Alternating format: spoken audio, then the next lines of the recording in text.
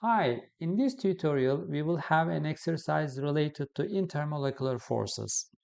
The question in the exercise asks us which compound in each of the following pairs would have the higher boiling point. Explain your answers. Before answering the question, we should keep in mind that the higher the intermolecular forces, the higher the boiling point will be. For that reason, in each pair we have to we have to analyze which intermolecular forces present. Let's start from the first one. In the first one, we have here an alcohol and we have an ether functional group. Both molecules are constitutional isomers. Let's analyze the intermolecular forces in the first one.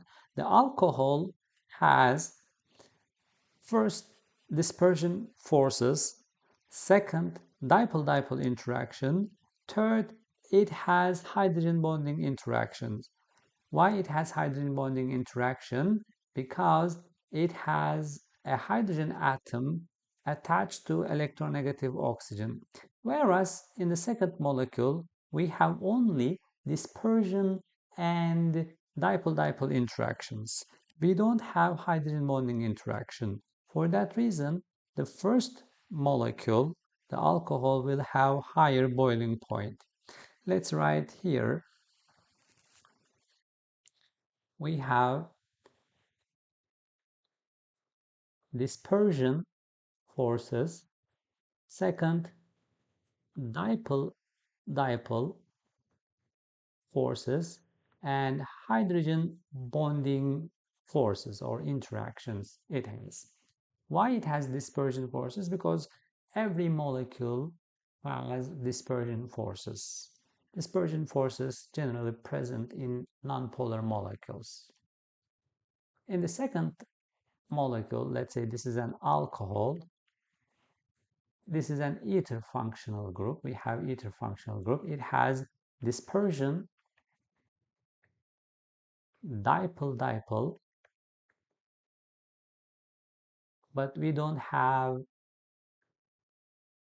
hydrogen bonding interaction.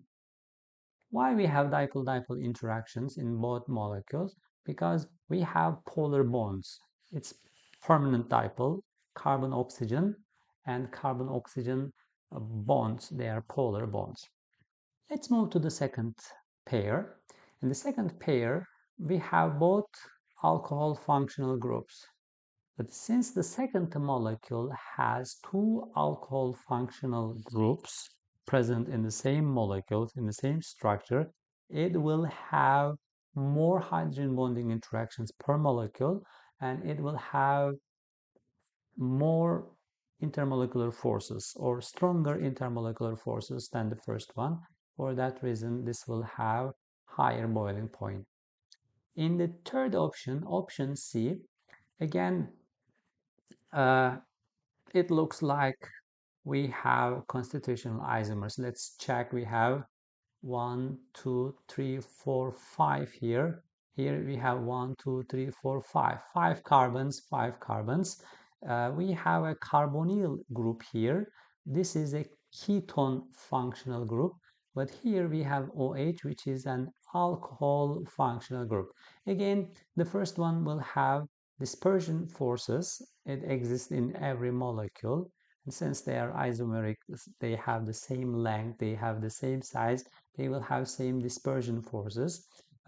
Since both molecules contain carbon-oxygen bonds, polar bonds, so we will have dipole-dipole interaction. But the second molecule, since it's an alcohol, it will have hydrogen bonding interaction. Hydrogen bonding interactions are stronger than dipole-dipole or dispersion forces. For that reason, this molecule, alcohol, will have higher boiling point.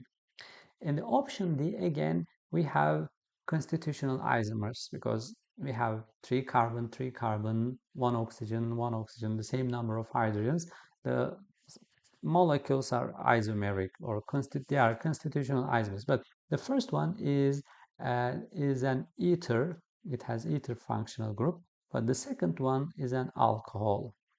alcohols can have hydrogen bonding interactions in this type of intermolecular forces, but ether, since it doesn't have hydrogen connected to oxygen, they cannot form hydrogen bonding interactions.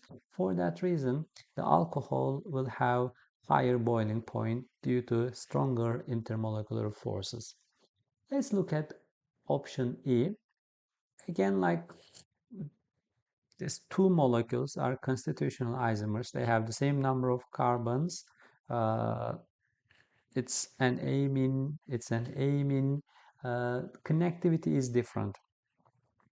But the first one is an amine, which has here a hydrogen attached to electronegative nitrogen atom. So this can form hydrogen bonding interactions. But the second one, since it doesn't have any hydrogen attached to nitrogen, it cannot form hydrogen bonding interaction. So the first one definitely will have higher boiling point. Okay. Again, like we don't need to mention they have dispersion, both dispersion forces, both molecules have dipole-dipole interactions, but the determining force is here hydrogen bonding interactions in the first molecule. Let's go to option F. Again, we have here isomers. These are stereoisomers now. It's not constitutional isomer. The first one is a transalkene because fluorines are in the opposite phases. Here, the second molecule is a cis isomer, cisalkene. Okay, here, what's going to be the determining force for higher intermolecular forces? Since the first molecule is symmetric, we have two polar bonds. Carbon-fluorine bonds are polar, but they are pointing opposite directions. So the first molecule has zero net dipole moment. But the second molecule, since fluorines are on the same phase, the net dipole moment is not zero. We have a net dipole moment that is not zero. So, and it's pointing upward. So the second molecule is more polar than the first molecule. For that reason, second molecule, the cis-alkene, will have dipole-dipole interactions, stronger intermolecular forces, so it will have higher boiling point. Let's look at option G. Again, it looks like they are constitutional isomers.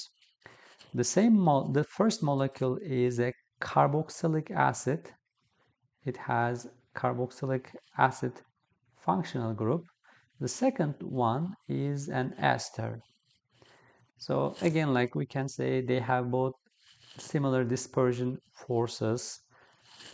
They may have similar dipole-dipole interactions, but the most important, the most prominent factor here is hydrogen bonding interaction, because carboxylic acids can form hydrogen bonding interactions with each other, so they will have stronger intermolecular forces, they will have higher boiling points. Okay, the first molecule definitely will have higher boiling point. Option H, we have two hydrocarbons, hexane, which has a linear hydrocarbon, and alkane. The second one is a nonane, which has 9 carbon. Again, it's a linear hydrocarbon. Both will have dispersion forces, but which one will have stronger dispersion forces? Nonane, because it's a longer molecule.